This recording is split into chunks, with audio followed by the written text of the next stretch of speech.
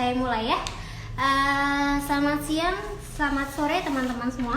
Salam sejahtera untuk kita semua. Pertama-tama saya ucapkan selamat bergabung untuk para peserta Text on Air hari ini. Senang sekali saya dapat menyapa para rekan-rekan semua di sini melalui media Text on Air pada hari ini di jam 3 sore. Dan acara ini akan kami adakan selama satu jam aja, dimana dari jam 3 sampai jam 4 sore. Dan di sini selain ada saya, nanti juga akan ada tamu undangan saya. Beliau adalah Ibu Vera Haryanti Setiawan selaku konsultan pajak terdaftar di Fitusi Konsultan. Oke, sebelum kita masuk lebih lanjut, saya perkenalkan diri dahulu. Nama saya Riri dan hari ini saya akan menemani rekan-rekan semua dalam acara Text on Air hari ini. Oke, salam kenal ya semua ya. Ini udah jam 3 ya. Jam 3 itu antara siang dan sore.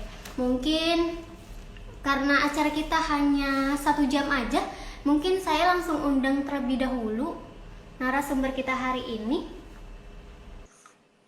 Halo, selamat sore Bu Vera. Halo, selamat sore Mbak Riri. Oke, suara saya terdengar dengan jelas ya Bu ya? Sangat jelas. Gimana dengan suara saya Mbak Riri? Oke, Jelas Bu. Oke, semoga sehat-sehat ya semuanya ya. Amin, semoga Bu Vera juga sehat walafiat ya Bu ya. Karena COVID hari Amin, ini terima kasih. hampir 1 juta ya Bu kalau nggak salah ya. Ya, Iya.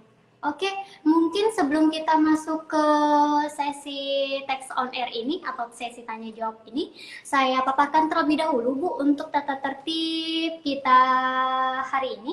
Yang pertama, peserta bila ada pertanyaan seputar SPT orang pribadi, harap memberikan pertanyaan dalam kolom komentar ataupun pada kolom pertanyaan yang ada di sebelah sisi kanan yang ada tanda tanyanya. Itu rekan-rekan bisa langsung mengkliknya dan langsung ketik, nanti akan saya bacakan kepada Ibu Vera dan Ibu Vera nanti akan memberikan jawabannya. Seperti itu ya rekan-rekan semua ya.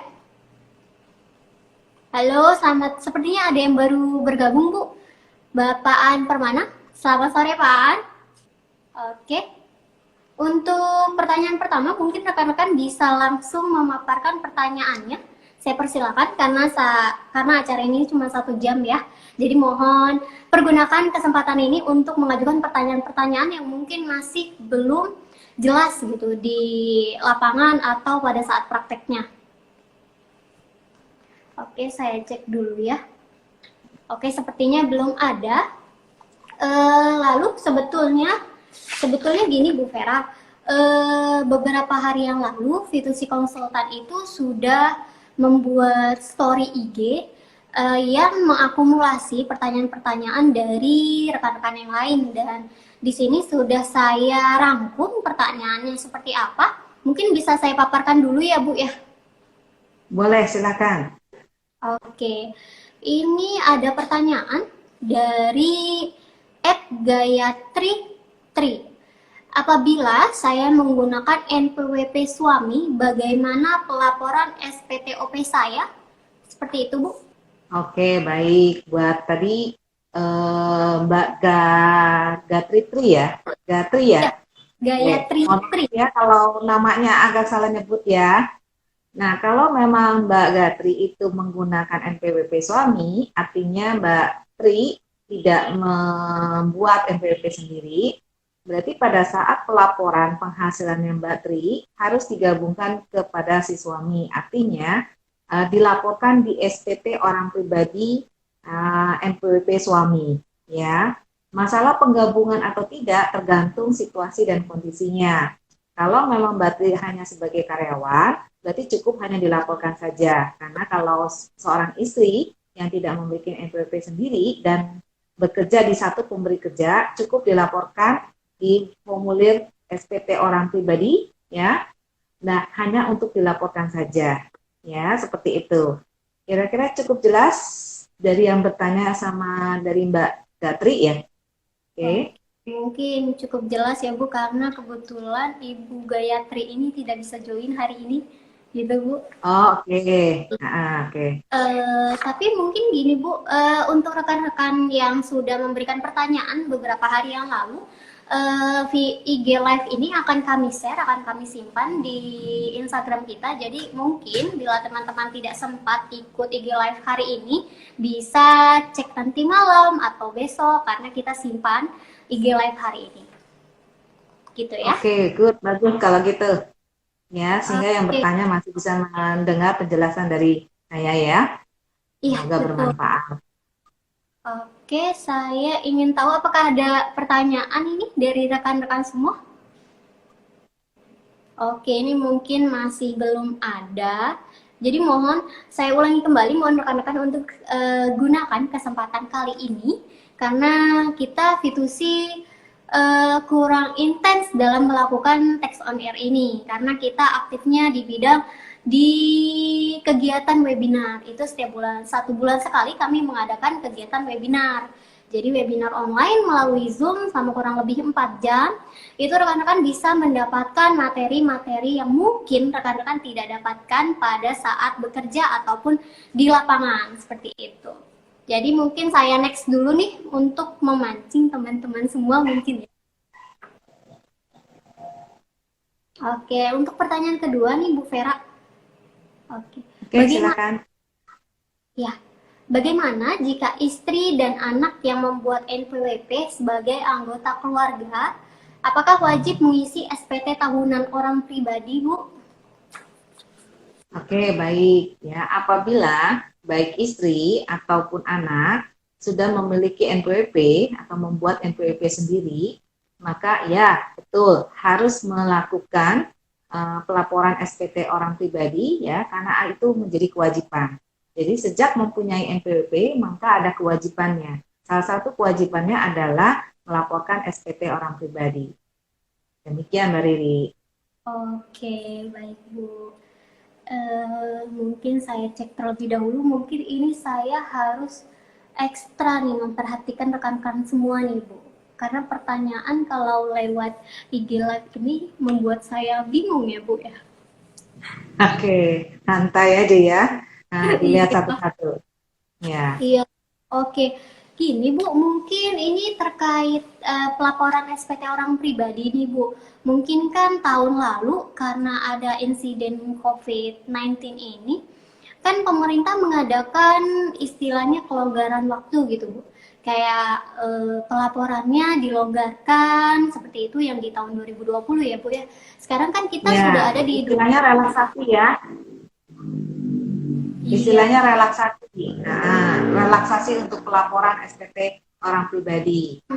Tapi tahun ini saya belum mendengar nih adanya relaksasi. Ya, Oh, jadi kemungkinan belum ada ya Bu ya, belum ada kabar beritanya gitu ya Bu ya. saya sampai saat ini belum tahu apakah ada atau tidak. Ya, nah tetapi saya sarankan berhubung kita tahu ya ini menjelang Januari, Februari, Maret, cuaca juga tidak mendukung. Jadi apabila Bapak Ibu dari sekarang bisa dipersiapkan ya data-datanya untuk pengisian SPT orang pribadi sehingga bisa cepat selesai dan bisa melaporkan kewajibannya dengan cepat dan lengkap baik pula ya benar ya sehingga nggak ada servernya nggak bermasalah pada saat kita melaporkan karena kan sekarang sistemnya kebanyakan online ya. Nah, jadi Iya. butuh jaringan internet yang cukup bagus ya dan servernya kalau beramai-ramai, kalau udah mepet, biasanya sering down ya karena sekian banyak orang ya yang melaporkan kewajiban di saat yang berbarengan sehingga otomatis servernya sedikit lambat. Kalau lambat kita pun jadi deg-degan, tidur pun jadi nggak nyenyak gitu ya. Nah, jadi sebisa Betul. mungkin mumpung masih Januari dipersiapkan dengan baik data-data pendukungnya. Kalau memang buku tabungannya nggak pernah di print dahulu, di download. Kalau yang memakai pembukuannya diselesaikan cepat-cepat segera. Sehingga data pendukung itu bisa menjadi sumber untuk mengisi SPT orang pribadi sehingga lengkap, baik, jelas, dan benar. Gitu ya Mbak Ferry ya. Oke, Bu. Justru sih, Kak, mungkin kami dari sisi karyawan sih berharap ada relaksasi lagi ya, Bu ya.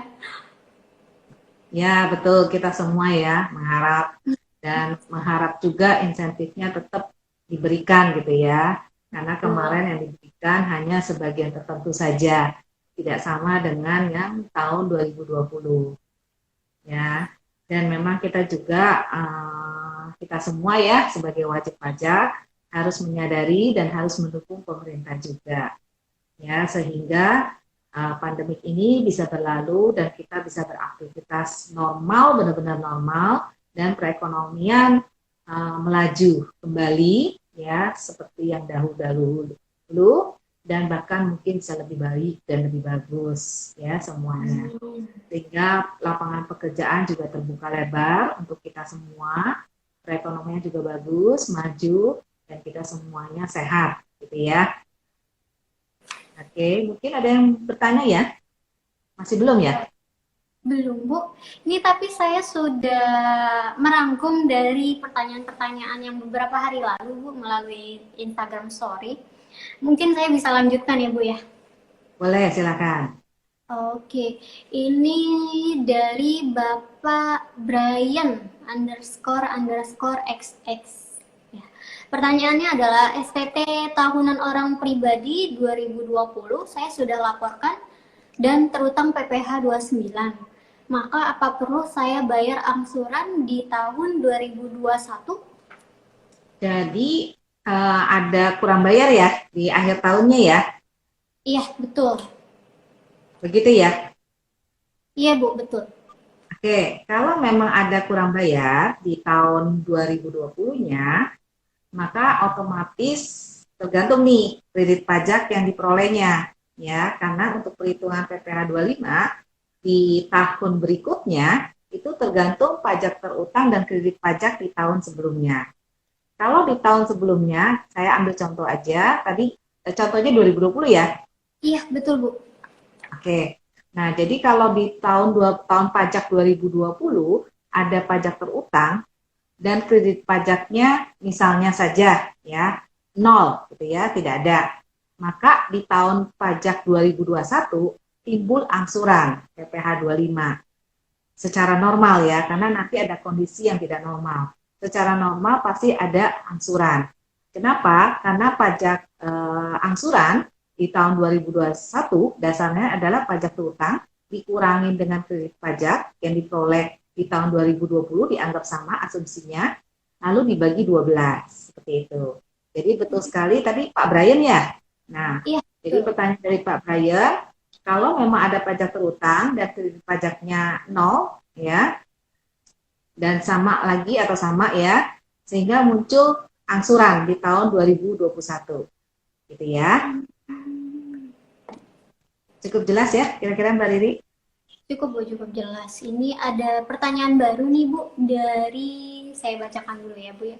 Dari Wahyudi 86 underscore 2636.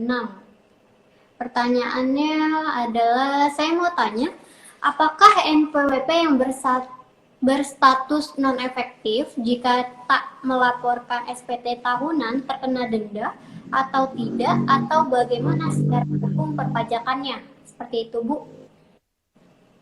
Oke, kalau non efektif biasanya selama 3 tahun berturut-turut non efektif itu biasanya dari kantor pajak dihapus NPWP-nya, ya. Nah, dan biasanya dikasih surat dan petugas pajak juga melihat kondisinya ya. Mereka meneliti kembali, ya. Dasar hukumnya ada nggak untuk menghapus? Kalau memang sudah ada double atau apa ya, mereka bisa hapus. Nah, jadi kalau sepanjang non efektifnya hanya baru tahun pertama, mereka biasanya tetap kenakan sanksi kalau memang udah punya NPWP tetapi tidak melakukan pelaporan, tidak melakukan kewajibannya. Seperti itu, ya. Jadi memang Bapak Ibu harus hati-hati, ya. Kalau memang sudah membuat NPWP, harus menjalankan kewajibannya. Salah satu kewajibannya adalah melaporkan SPT tiap tahun ya. Apabila tidak melaporkan SPT, maka kena sanksi ya. Untuk orang pribadi sanksinya adalah telat lapor ya 100.000, untuk yang badan itu 1 juta ya. Sedangkan untuk yang pribadi maupun badan, kalau apabila dalam melaporkan SPT-nya ternyata ada kurang bayar pajak, maka pajaknya kena sanksi 2% per bulan gitu ya. Dengan undang-undang Omnibus Law ya, undang-undang Cipta Kerja itu munculnya 2021 ya. Sanksi bunganya itu berubah, nggak tetap 2%, tergantung suku bunga bank seperti itu.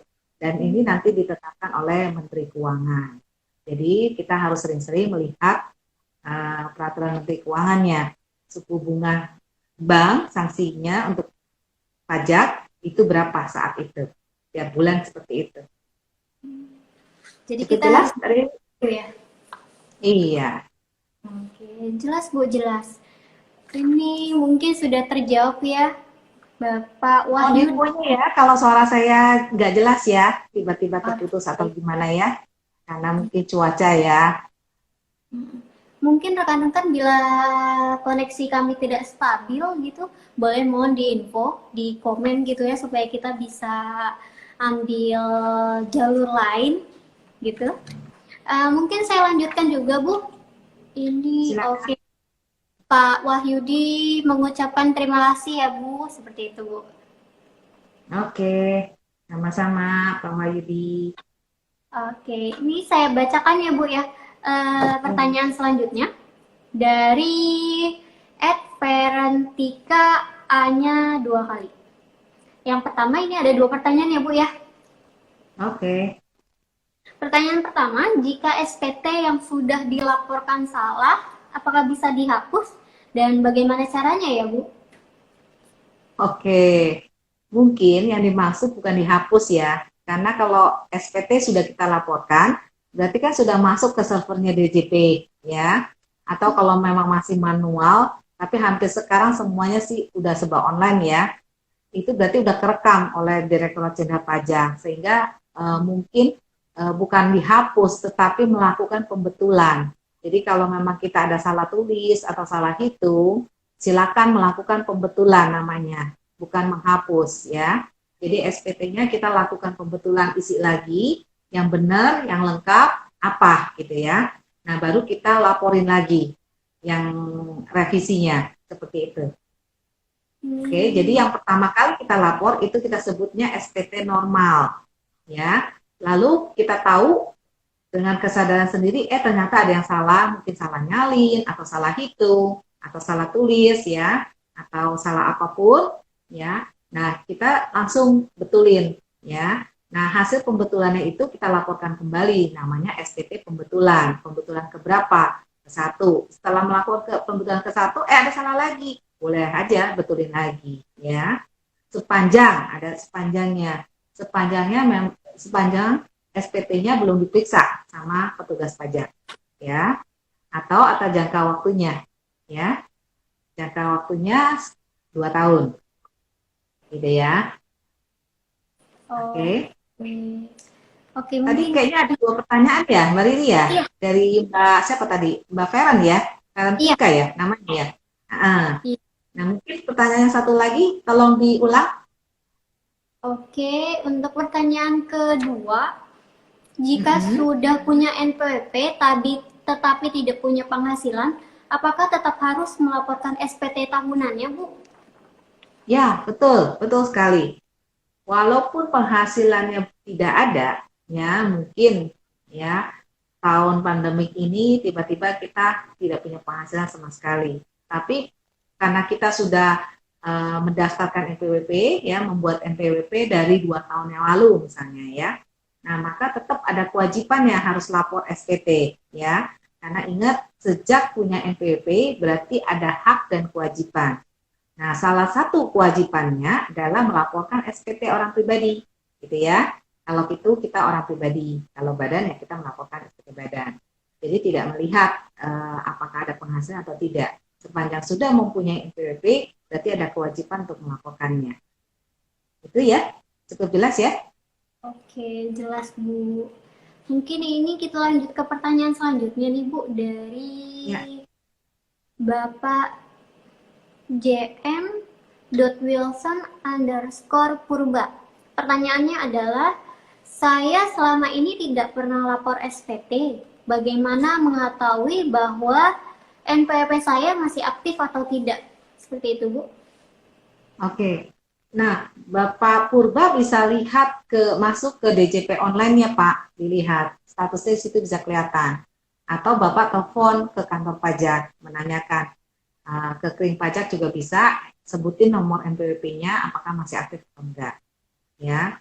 Kalau orang pribadi kebanyakan ya, kalau kita apply biasanya tetap aktif. Beda sama badan ya. Nah, kalau badan mereka mungkin begitu 3 tahun berturut-turut mereka langsung hapus. Tapi kalau orang pribadi, karena itu melekat kepada orang, dan di aturannya penghapusan NPWP orang pribadi itu pada saat kalau orangnya sudah meninggal dunia atau meninggalkan Indonesia selama-lamanya. Ya, jadi kemungkinannya kecil Pak kalau NPWP-nya sampai dihapus oleh petugas pajak, gitu ya. Jadi Bapak bisa tanyakan kepada kering pajak, gitu ya, atau ke AR di mana Bapak terdaftar. Cukup jelas ya Pak Purba ya?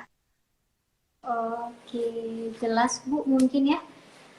Pak Purba mohon responnya, kalau sudah jelas boleh di komen lagi, atau mungkin bila masih belum jelas bisa ditanyakan kembali ya, selama sesi kita masih berjalan secara lancar gitu ya Pak ya. Oke, mungkin sepertinya jelas Bu dari Pak Wilson. Oke, terima kasih Pak Wilson. Oke, ini ada pertanyaan juga dari rekan-rekan nih Bu. Saya tampilkan terlebih dahulu ya. Oke, seperti sudah terlihat, apakah terlihat ya rekan-rekan semua ya? Oke, pertanyaannya dari Bapak Reski underscore 1993. Pertanyaannya, UKM yang memiliki usaha dagang dan usaha sewa rumah, apakah pajaknya tetap 0,5% dari omset? Oke, bagus ya pertanyaannya Pak Reski. Jadi kita mesti memisahkan nih Pak Reski ya. Kalau untuk yang dari UMKM, dari usaha dagang, itu aturan jelas. Berarti pajaknya pajak final UMKM. Yaitu berdasarkan peraturan pemerintah nomor 46 tahun 2013 yang telah dirubah dengan peraturan pemerintah nomor 23 tahun 2018. Jadi yang untuk dagangnya, usaha dagangnya pakai tarif 0,5% ya dari omset. Sedangkan penghasilan yang dari sewa, nah sewanya ini sewa apa nih? Ya, kalau sewa-sewain rumah atau apa ya gitu ya, nah itu pajaknya berbeda lagi Pak. Jadi nggak bisa digabung dengan usaha dagang, harus dipisahkan. Nah itu kalau memang sewa-sewain rumah, Bapak harus setor sendiri, ya. Kalau memang penyewanya adalah orang pribadi dan Bapak sendiri kan pribadi, sehingga Bapak setor sendiri, tarif pajaknya berbeda. Tarif pajaknya 10% dari nilai sewa, gitu ya. Nah, mungkin diperjelas Pak Reski, apakah itu sewanya sewa rumah, properti, ya, entah tanah, entah rumah atau bangunan, gitu ya, atau sewa harta. Sewa harta itu seperti gini, Bapak mungkin sewa-sewain kendaraan, entah truk, entah mobil untuk apa, kayak model Grab gitu ya, Gokar gitu ya, untuk dipakai disewain seperti itu. Nah itu berbeda lagi ya. Nah jadi saya asumsinya Bapak sewa-sewain rumah lah ya, atau apartemen gitu ya, sehingga pajaknya harusnya 10% dari sewa, berbeda dengan yang usaha dagang. Saya harap cukup jelas ya. Oh benar ya, rumah kontrakan ya, barusan dibalas ya. Kalau rumah kontrakan berarti 10% Pak, nggak boleh 0,5%, tarifnya berbeda. Jadi mesti dipisahin, karena yang rumah kontrakan itu 10% final. Yang UMKM dagang juga final, tapi tarifnya 0,5% dari omset dagang. Cukup jelas Pak Reski? Oke, mungkin apa boleh ditulis di komen ya Pak ya kalau sudah jelas, supaya kami bisa tahu. Oke, mungkin Ya, kalau jelas silakan bisa lanjut ya. Sepanjang belum ada yang nanya nih. Gitu ya. Oke, mungkin Mbak Riri bisa lanjut dulu yang lain kalau ada Oke. sambil menunggu Pak Reski. Ya Bu, ini ada pertanyaan dari Ibu Yeni underscore Ismem. Saya resign di bulan September. Apakah saya harus lapor dua bukti potongnya dari perusahaan lama dan yang sekarang? Seperti itu Bu. Oke, good. Ini yang sering terjadi di lapangan juga ya. Apalagi dengan pandemik ini mungkin banyak yang pindah kerja atau di PHK di tengah-tengah terus dapat pekerjaan baru ya. Semoga semua yang para karyawan tetap berbesar hati dan tetap semangat ya dengan kondisi ekonomi di Indonesia seperti ini ya.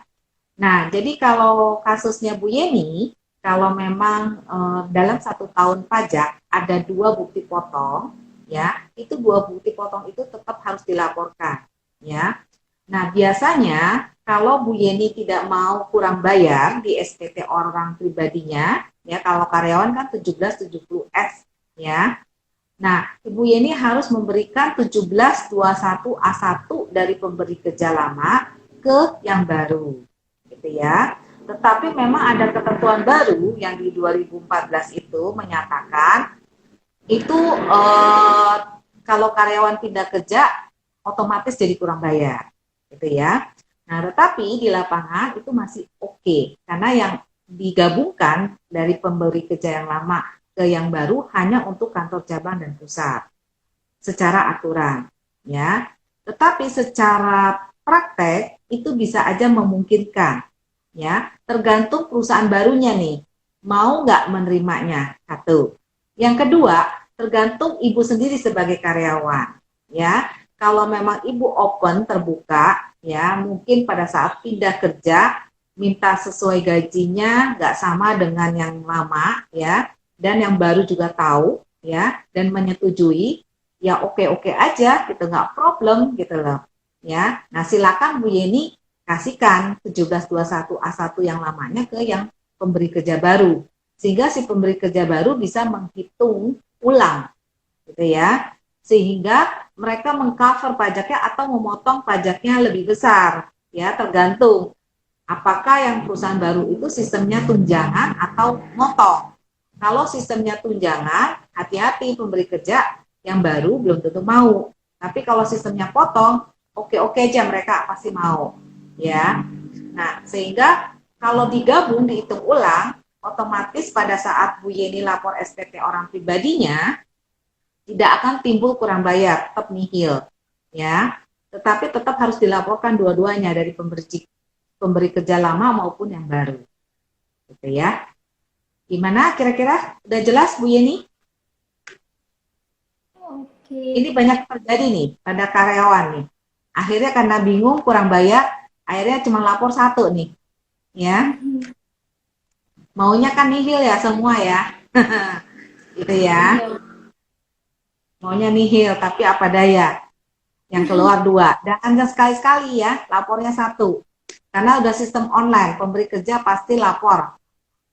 Sekarang kan kalau badan semuanya serba online ya, baik yang masanya maupun tahunan. Jadi otomatis nggak bisa ngumpet istilahnya gitu ya. Nah, walaupun nilainya kecil bisa dikejar tuh sama AR-nya, dikasih surat cinta istilahnya ya. Nah, jadi lebih baik ya kita anggap saja beramal ya, bayar pajak untuk negara.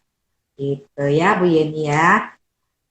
Nah, kalau memang mau nikil, ya diberikan saja. Oh, ini ada lanjutannya, Bu. Oh, oke. Karena pihak perusahaan sekarang sudah buat dan nggak mau revisi. Berarti resiko sendiri tuh Bu Yeni. Mau nggak mau Bu Yeni harus laporkan dua-duanya dan bayar sendiri, gitu ya. Nah, mungkin perlu ditambahin nih, perusahaan yang barunya itu kasih tunjangan atau potong sistemnya, PPh 21-nya. Kalau sistemnya potong, nggak ngefek sih, tetap aja Bu Yeni yang harus bayar sih. Dia cuma membantu saja supaya nanti di SPT orang pribadinya nihil. Gitu ya. Kalau sistem tunjangan, nah itu baru benefit buat Bu Yeninya. Tetapi perusahaan barunya jadi repot. Ya. Karena jadi gede nilainya. Ya. Repot dan nilainya jadi lebih besar. Ini kemungkinan yang nggak mau. ya kan merevisi berarti repot, ya. Terus sistemnya tunjangan, otomatis dong nanggung pemberi kerjanya, ya, mesti bayar lagi, gitu ya. Nah, tapi kalau sistem potong, berarti cuma pemberi kerja yang barunya nggak mau repot, ya. Nah, tetap Bu Yeni yang harus bayar pajaknya, karena sistemnya potong, ya. Bisa ditangkap ya Bu Yeni, karena ini udah mulai praktek ya. Kalau Bu Yeni bukan orang accounting dan di bagian pajak, biasanya agak kebingung nih. Bisa nggak nyambung dengan penjelasan saya ya.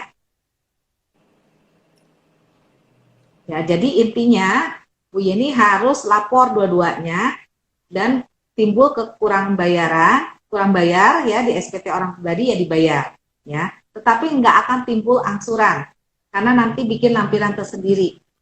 Nanti petugas pajak akan ngerti. Kurang bayarnya itu akibat dua pemberi kerja dalam tahun pajak yang sama. Gitu ya. Semoga jelas ya Bu Yeni ya. Oke, mungkin kalau masih belum jelas boleh di komen ya Bu Yeni ya. Kalau belum jelas, nah Bapak Ibu yang hadir di IG Live ini bisa ikut webinarnya Fitusi ya. Kemarin yang di Januari kita udah mengadakan tentang pengisian SPT orang pribadi dan nanti tanggal 6 Februari kita ada webinar kelas pajak online judulnya analisa SPT orang pribadi. Ini bagus buat siapapun, termasuk buat karyawan ya. Karena karyawan atau orang pribadi yang berusaha atau bekerja bebas tetap aja mesti ngisi SPT orang pribadi ya. Nah, bagaimana menganalisanya agar SPT kita benar, lengkap, dan jelas, gitu ya. Mungkin nanti Mbak Riri bisa info ya, tanggalnya ya. Ada di IG juga ya? Ada Bu. Posternya ada ya? Oke. Nah, silakan deh, Bapak Ibu yang hadir, kalau memang berminat, silakan di chat ya, di IG kita. Iya, betul. Oke. Ada lagi ya pertanyaannya ya? Ada Bu. Ini mungkin kita bisa sambil agak santai mungkin ya Bu, sambil minum kopi atau minum teh. Saya persilakan juga ya untuk Ibu Vera ya. Oke, makasih. Iya. Ya, buat teman-teman juga ya. Oke. Nah ini ada pertanyaan sudah muncul ya Bu ya. Pertanyaannya dari Ya, Bapak Pramana. Selamat sore Bu, mau tanya untuk virtual office kena PPh berapa ya Bu? Terima kasih. Seperti itu Bu. Oh, mungkin yang dimaksud Pak Ida Bagus. Ini Bapak ya? Pak Ida Bagus ya? Iya, betul. Kalau virtual office mungkin maksudnya sewa ya Pak? Sewa virtual office ya? Iya. Berarti kenanya PPh pasal 4 ayat 2 final tentang persewaan tanah dan atau bangunan. Tarifnya 10% dari nilai sewa. Gitu ya. Jadi contoh nih, misalnya Pak Ida Bagus ya, sewa virtual office untuk kantornya atau untuk usahanya gitu ya. Nah, maka Pak Ida Bagus pada saat bayar sewa, kalau Pak Ida Bagus bentuknya badan ya, untuk kantor gitu ya, untuk perusahaan, Bapak harus potong PPh pasal 4 ayat 2 karena penyewanya itu berbentuk badan ya. Tetapi kalau Bapak berbentuk orang pribadi, karena Bapak sebagai penyewa, Bapak nggak perlu potong, bayar full ya. Seperti itu. Nah, atau Bapak sebagai pemilik virtual office nih, saya nggak tahu nih, pertanyaannya soalnya nggak gitu jelas. Kalau Bapak sebagai pemilik virtual office, ya, berarti hasil usaha dari sewa-sewain virtual office, nah Bapak kenanya PPh pasal 4 ayat 2 final, 10% juga sama. Tetapi Bapak mesti lihat yang sudah dipotong, mana yang sudah dipotong, mana yang belum. Yang belum Bapak setor sendiri tiap bulan. Nanti pas akhir tahun di SPT orang pribadi Bapak tinggal ngerekap aja dan dilampirkan bukti-buktinya, bukti pembayaran ya maksudnya ya. Yang Bapak setor sendiri berarti kan ada bukti pembayarannya. Kalau dipotong sama orang lain atau pihak penyewa, berarti kan bukti potongnya Bapak kan terima. Gitu ya. Jadi tergantung sisinya nih. Jadi kalau Pak Ida Bagus sebagai pemiliknya seperti itu. Ya. Kalau Pak Ida Bagus sebagai penyewanya, lain lagi itu namanya withholding tax. Ya, tarifnya sama 10% dari nilai sewa. Oke, cukup jelas Pak Ida Bagus? Oh, mungkin kata Pak Bagus kita yang menyewa, Bu. Kemarin ada yang bilang Oke. kena PPh 23. Seperti itu, Bu. Nah, virtual office-nya berarti kan ada tempat ya Pak Ida Bagus ya.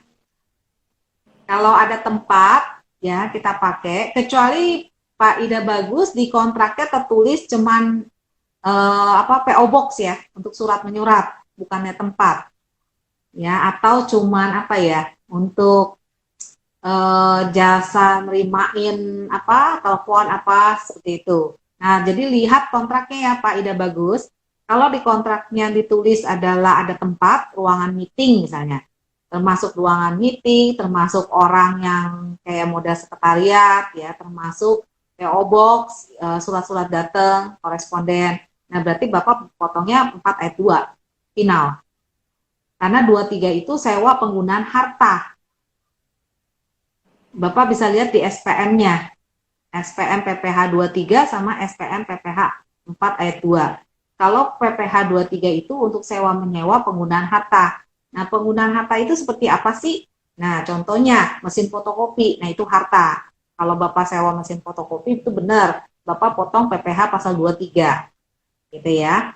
Tarifnya jauh lupa. Karena kalau Bapak sebagai pemotong penyewa, itu ada kewajiban kalau tidak memotong atau motong tapi salah tarif, ya, konsekuensinya ada di pemotong, penyewa. Kalau Bapak bentuknya perusahaan ya, badan ya. Mungkin misalnya Bapak bekerja nih di perusahaan, ya kan, Bapak sebagai bagian tax atau accounting, ya. Nah, Bapak ada tagihan nih, Bapak membayar tagihan, terus ketua office, nah Bapak harus hati-hati, karena kalau 23 itu potongnya 2%, kalau 4 ayat 2 10%, jauh banget, ya. Kalau nilainya kecil masih oke, kalau nilainya besar, nah belum sanksinya ya, kena bunga. Hati-hati ya Pak Ida Bagus, gitu ya. Jadi kalau sewa penggunaan harta tadi saya jelasin, mesin fotokopi atau kendaraan ya. Nah, itu penggunaan harta. Benar, itu potongnya PPh 23. Tetapi kalau berbentuk properti, tanah atau bangunan itu jelas 4 ayat 2. Jadi nanti Bapak lihat lagi.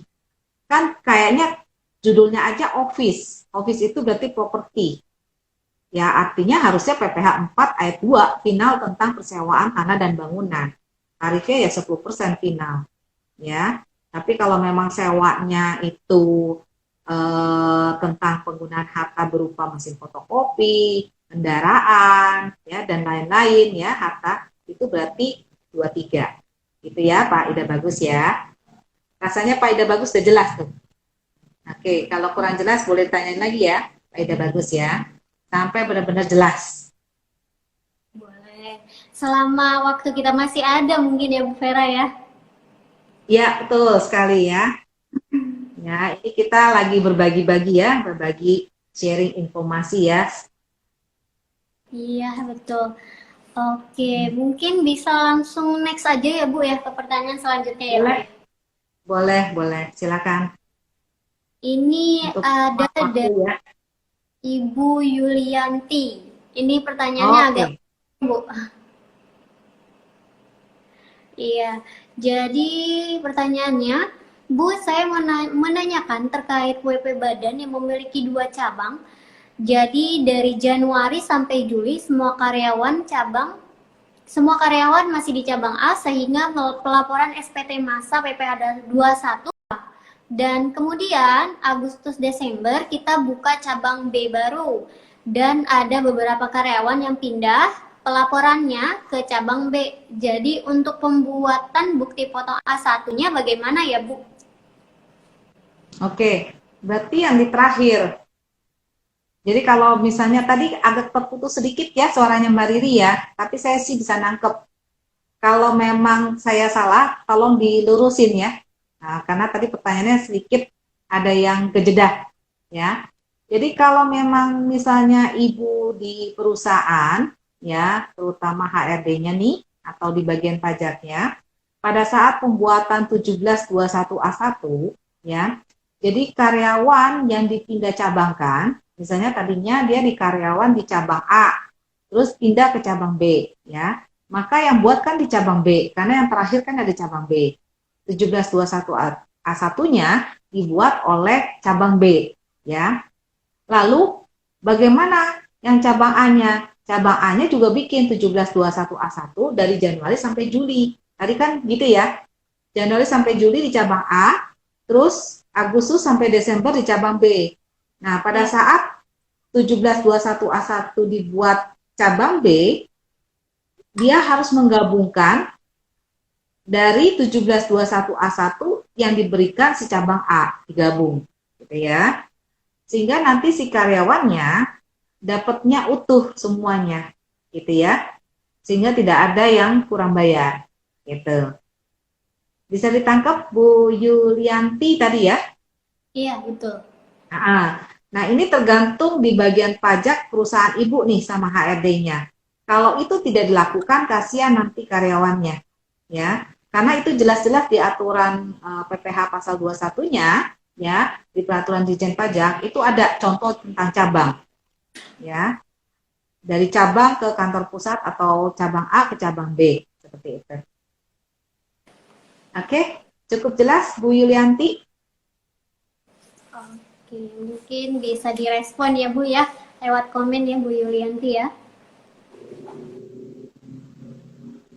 Oke, waktu kita tersisa 15 menit lagi nih Bu. Ya. Oke, untuk pertanyaan selanjutnya dari Bapak Suliawan Deni. Pertanyaannya, kalau saya menerima penghasilan dari dua perusahaan, yang satu pajaknya ditanggung pemerintah dan yang satunya tidak. Lalu bagaimana perhitungan di SPT tahunannya, Bu? Terima kasih, seperti itu, Bu. Oke, kalau memang ada dua sumber, ya, nah maka di SPT orang pribadi Bapak Deni ya, saya cuma inget Deninya aja belakang ya, semoga benar ya. Nah, ya, digabung Pak. Jadi penghasilannya harus digabung dulu, baru dihitung ulang, ya. Nah, setelah dihitung ulang, Bapak kreditkan, ya, 1721 A1-nya misalnya, atau bukti potongnya dari yang si perusahaan A dan si perusahaan B, gitu ya. Karena itu nanti tetap dapat bukti potongnya walaupun ditanggung pemerintah, seperti itu ya. Kira-kira bisa ditangkap Pak Deni atau masih bingung? Karena memang pertanyaan Pak Deni kurang spesifik, jadi saya memakai asumsi nih.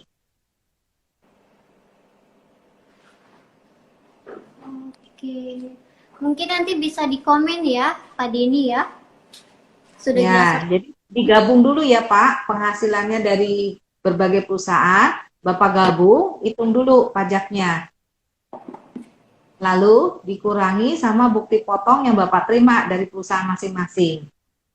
Nanti lihat berapa kurang bayarnya dan atau lebih bayar.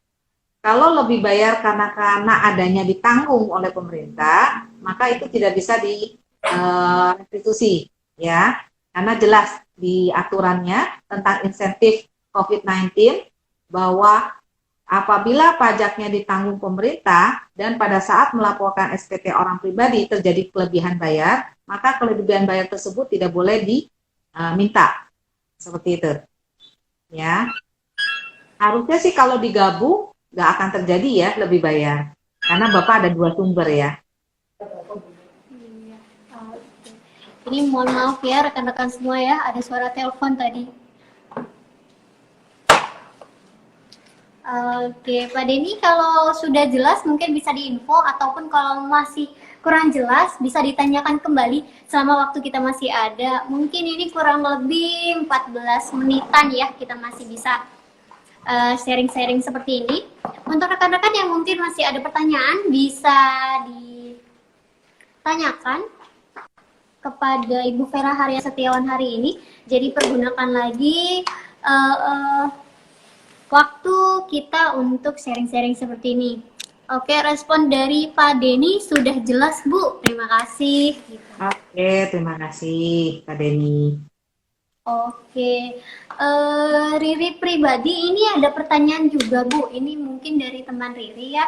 Jadi teman Riri itu tahun lalu lapor SPT karyawan Bu, 1770 SS ya Bu ya. Oh, SS ya, oke. Ya, nah dia ini terus buka usaha Bu. Rencananya sih kata dia mau pindah ke 1770. Lalu untuk perpindahan yang seperti itu Bu, dari 70 SS ke 70 apakah bisa dan apakah semudah itu gitu Bu? Ya, bisa, bisa. Karena sistem perpajakan di Indonesia itu sifatnya self-assessment.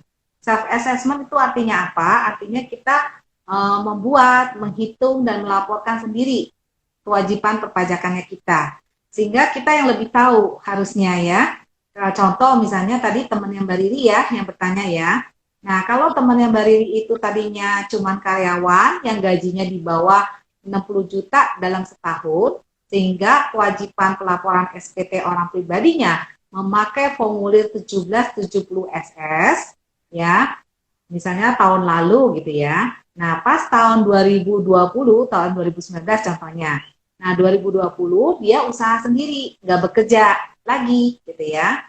Bukan karyawan lagi. Maka kan formulirnya berbeda ya. Formulirnya berbeda berarti memakai 1770. Itu boleh-boleh aja kok ya, dan otomatis karena kita yang lebih tahu ya. Justru itu bagus kalau punya apa istilahnya, punya edukasi ya, tahu ya. Dulu saya karyawan, penghasilan saya di bawah 60 juta dalam setahun, tahun 2019 gitu ya, contoh tahun pajak 2019, pakai 1770 SS.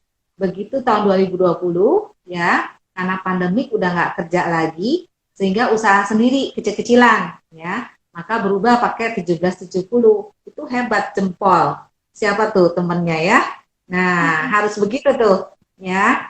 Kita tahu, oh ya, ini saya bukan karyawan lagi, berarti saya formulirnya harus 1770. Dan langsung aja nggak apa-apa gitu ya. Tapi ingat, begitu kita usaha sendiri 1770, hati-hati karena 1770 ada dua. Apakah kita memakai metode pembukuan atau pencatatan gitu ya. Kalau pembukuan nggak perlu pakai surat-surat pemberitahuan. Tetapi kalau pakai pencatatan, artinya norma, ya. Nah, ini harus kita memberikan surat pemberitahuan penggunaan norma penghitungan neto. Nah, itu kapan? Harus dari bulan Januari sampai Maret paling akhir. Harus lapor dulu. Jadi untuk tahun pajak 2020, ya, kita harus dibuat surat penggunaan, surat pemberitahuan penggunaan norma di paling lambat Maret 2020. Bukan 2021 ya, Maret 2020. Karena untuk tahun pajak 2020. Gitu ya. Oke? Cukup jelas ya Mbak Riri ya? Jelas Titipan ya. pertanyaan ya? Iya. Oke. Tadi kayaknya ada yang tanya ya, yang saya belum sempat jawab ya, dari Pak Wilson kalau nggak salah. Oh iya betul, ada Bu. Pertanyaannya, urus SPT sudah bisa mulai bulan ini kah Bu? Bisa, bisa. Mulai dari Januari sudah bisa, Pak Wilson. Nah, cuman paling lambat sampai 31 Maret. Tapi saya berpesan pada rekan-rekan yang di sini, yang sudah hadir di sini, jangan tunggu akhir. Karena nanti servernya down, kita yang repot, kita yang stres. Ya, sulit untuk lapor karena masing-masing semuanya pikir nanti aja. Nah, begitu udah mepet, baru bebarengan, akhirnya servernya down, kita malah nggak bisa lapor. Jadi sekarang bisa Pak, berarti Bapak wajib pajak yang top, udah mau lapor. Ya, ini yang kita harapkan semuanya ya. Oke.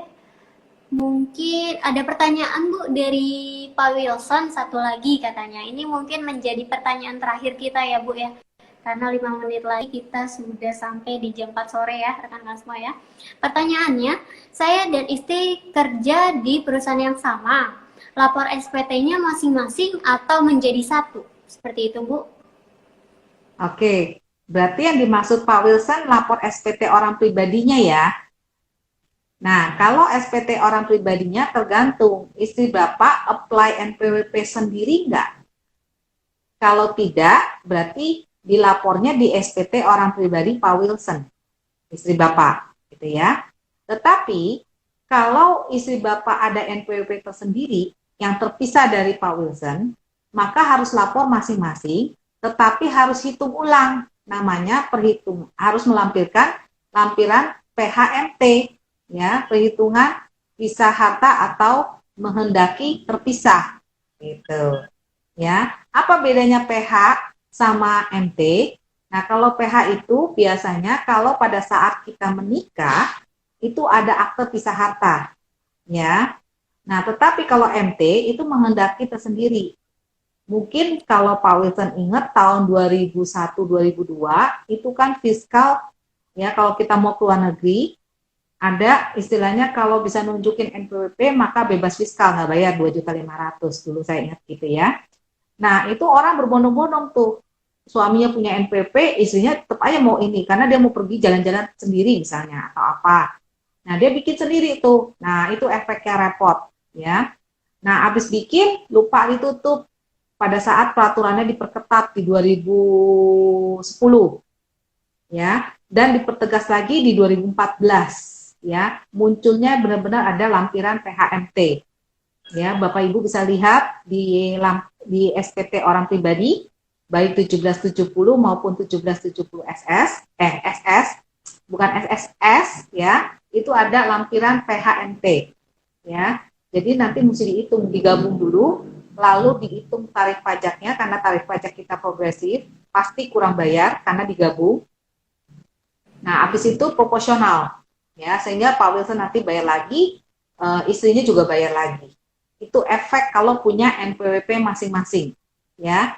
Jadi kalau memang nggak mau kurang bayar, karena aturan itu terbit 2014 ya dipertegasnya, dan biasanya AR nanti akan meneliti tuh. Kalau meneliti nanti dikasih surat cinta, ya, bahwa kurang bayar akibat karena ada PHMT. Nah makanya kalau memang tidak ada pisah harta, sebaiknya sebagai satu kesatuan aja, jadi lapornya di SPT orang pribadi si suami, istri nggak usah punya NPWP. Lalu bagaimana kalau nanti si pemberi kerja istri bilang ada NPWP-nya nggak? Karena kalau nggak ada NPWP nanti pemotongan PPh 21-nya tarifnya lebih tinggi 20%. Kasih NPWP suami, bilang, oke, Bu, saya tidak punya NPWP tersendiri, tetapi saya bergabung dengan suami, ini NPWP suami saya. Itu bisa. Ya, seperti itu. Cukup jelas ya, Pak Wilson? Oke, cukup jelas ya Pak Wilson ya. Mohon responnya ya Pak ya. Mohon responnya ya Pak ya. Oke, ini kita sudah menjelang 2 menit terakhir nih Bu Vera. Sambil menunggu Pak Wilson, ini apakah sudah jelas ya Pak Wilson ya? Oke, mungkin sudah jelas. Saya ucapkan terima kasih ya kepada Ibu Vera sudah bersedia untuk menjadi bintang tamu Fitusi Konsultan hari ini ya Bu ya. Oke, sama-sama Mbak Riri. Semoga bermanfaat ya. Amin. Semoga Bu Vera dan keluarga dan Fitusi Konsultan juga sehat-sehat semua ya Bu ya. Ya, semoga semuanya sehat-sehat ya, termasuk Bapak Ibu yang hadir di sini ya. Oke, dan saya ucapkan juga terima kasih untuk rekan-rekan yang sudah bersedia mengikuti Text On Air hari ini, dan saya ucapkan juga mohon maaf karena terdapat kesalahan-kesalahan dalam pengucapan atau secara teknisnya kurang maksimal karena tadi sempat ada gangguan ya, suaranya mungkin tidak jelas. Oke, akhirnya saya Riri pamit undur diri. Terima kasih untuk rekan-rekan semua, semoga sehat selalu dan tetap jaga protokol kesehatan yang baik dan benar. Sampai jumpa, selamat sore.